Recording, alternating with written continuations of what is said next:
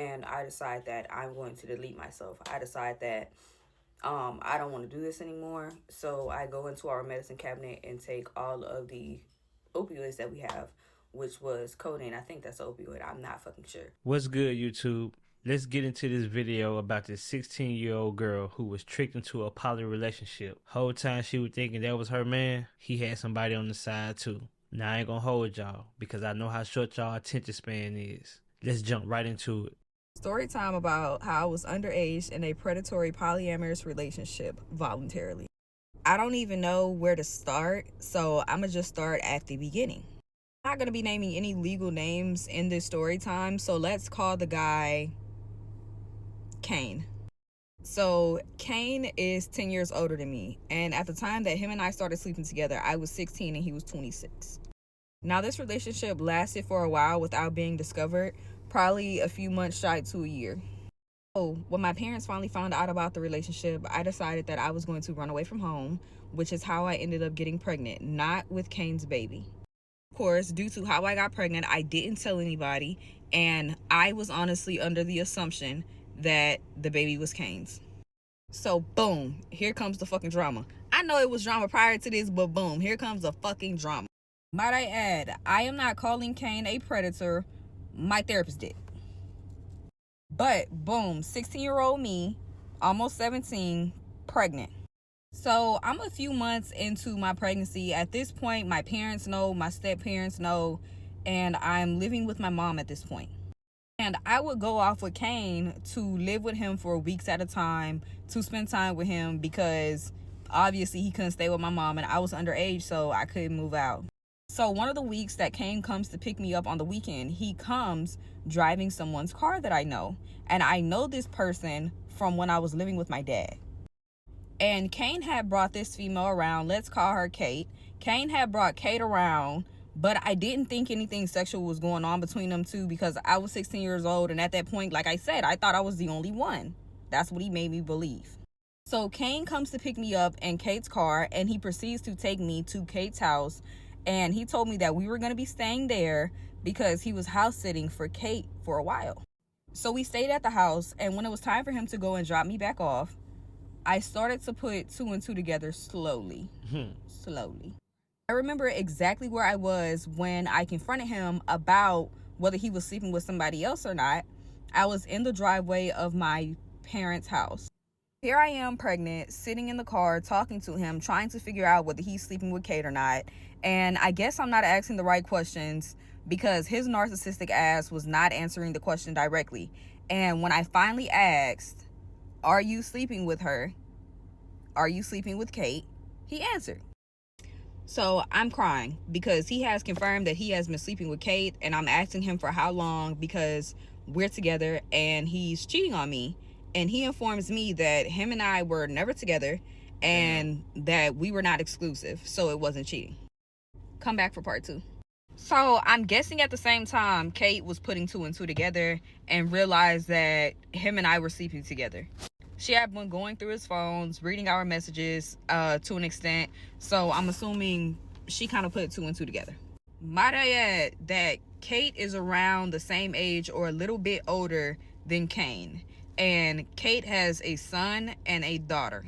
I can't say that Kate knew that he was sleeping with me while I was underage, but it was apparent. It was there. The evidence was there.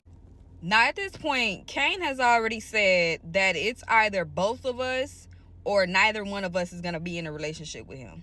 Kane had took me to look at a property 2 hours away from where we lived.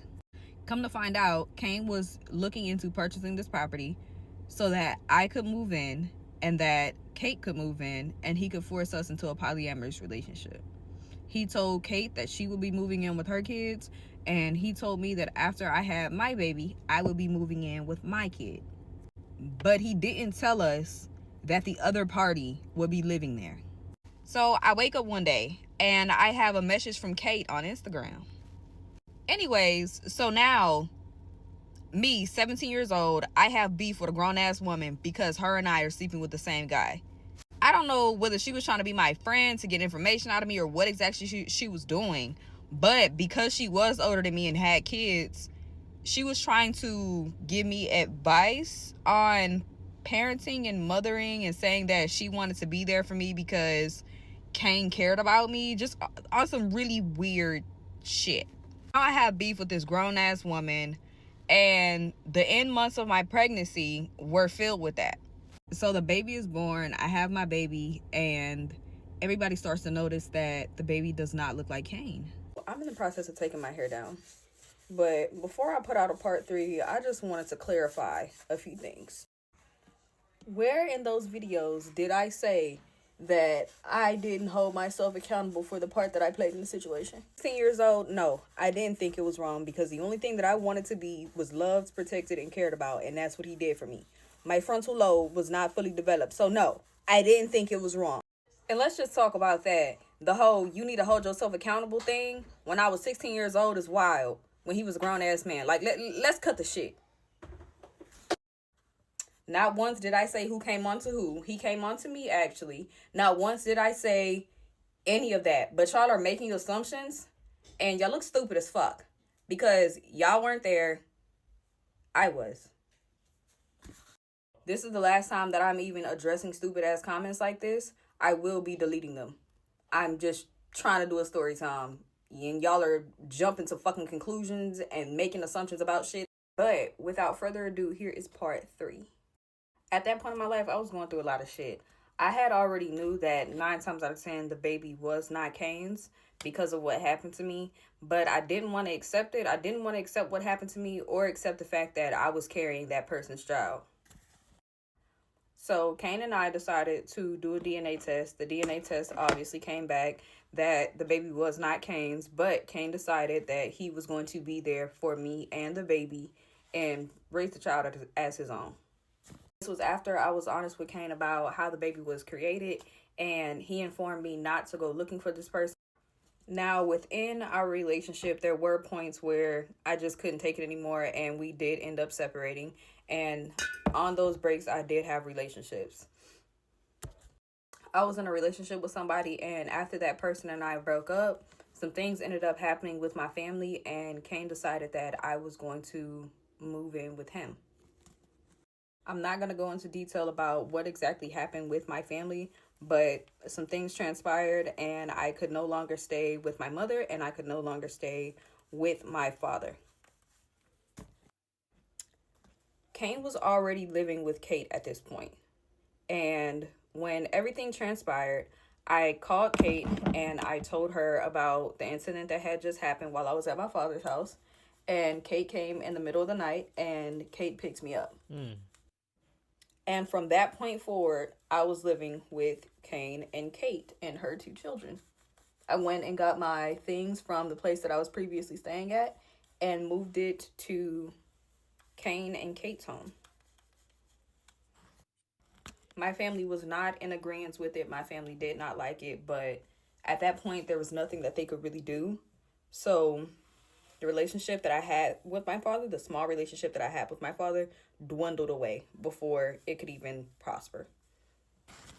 Kate did not really want to be in a polyamorous relationship. I cared about Kate, not in a sexual way, but as a sister. And I wanted to see her prosper and I wanted to see her thrive.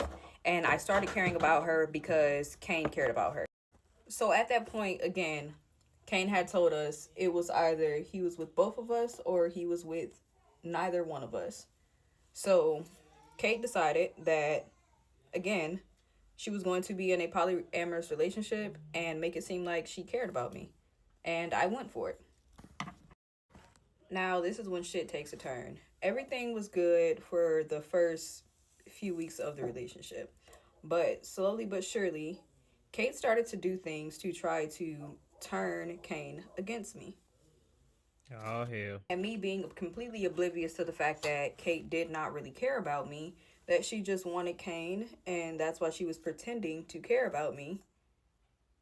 I didn't see it until it was too late. And throughout this time, Kate's children and I started to form a bond, and I started to care about them as if they were my own children.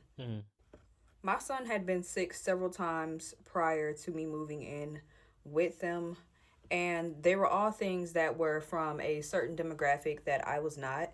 So I could not understand what was happening to him. And as a mother wanting answers, I decided that I was going to at least try to look for this person that got me pregnant. But nothing ever came of it until one day I was in town and I saw him going into a parole office. I followed him in, but I lost him and I thought that was the end of it. What? So my dad and I decided to hire a private investigator to investigate this person. And turns out this person was a registered with several priors, and I was not the only person that he had done this to. So now the illusion that I had created in my head about, oh, I was the only person, I was just in the wrong place at the wrong time, had disappeared. Now, Kane did not like this at all. Kane did not like the idea of me going out to look for this person. Kane did not like the idea of me trying to replace him as my son's father. And even though I reassured him multiple times that that was not what I was trying to do, he still felt that way. And I'm pretty sure Kate was in his ear telling him something along those lines as well, because Kane had the same problem with Kate and wanting her kids' biological fathers in their lives. I just woke up, I'm getting ready for work, but part 4. Where I come from, the father has to be on child support in order for the mother to receive government assistance. High school dropout, I needed government assistance, so I applied for it. But some of the programs that I applied for, the father had to be on child support, so I made an application to put a person that I had never met before on child support. After Kane expressed that he didn't like it and that I didn't need to put him on child support, I tried to cancel it. But the state had already picked the case up, so there was nothing that I could do at that point. That's a key factor, so keep that in mind. Now, throughout this time in our relationship, Kane and I were not doing well, and my mental health was not doing well either.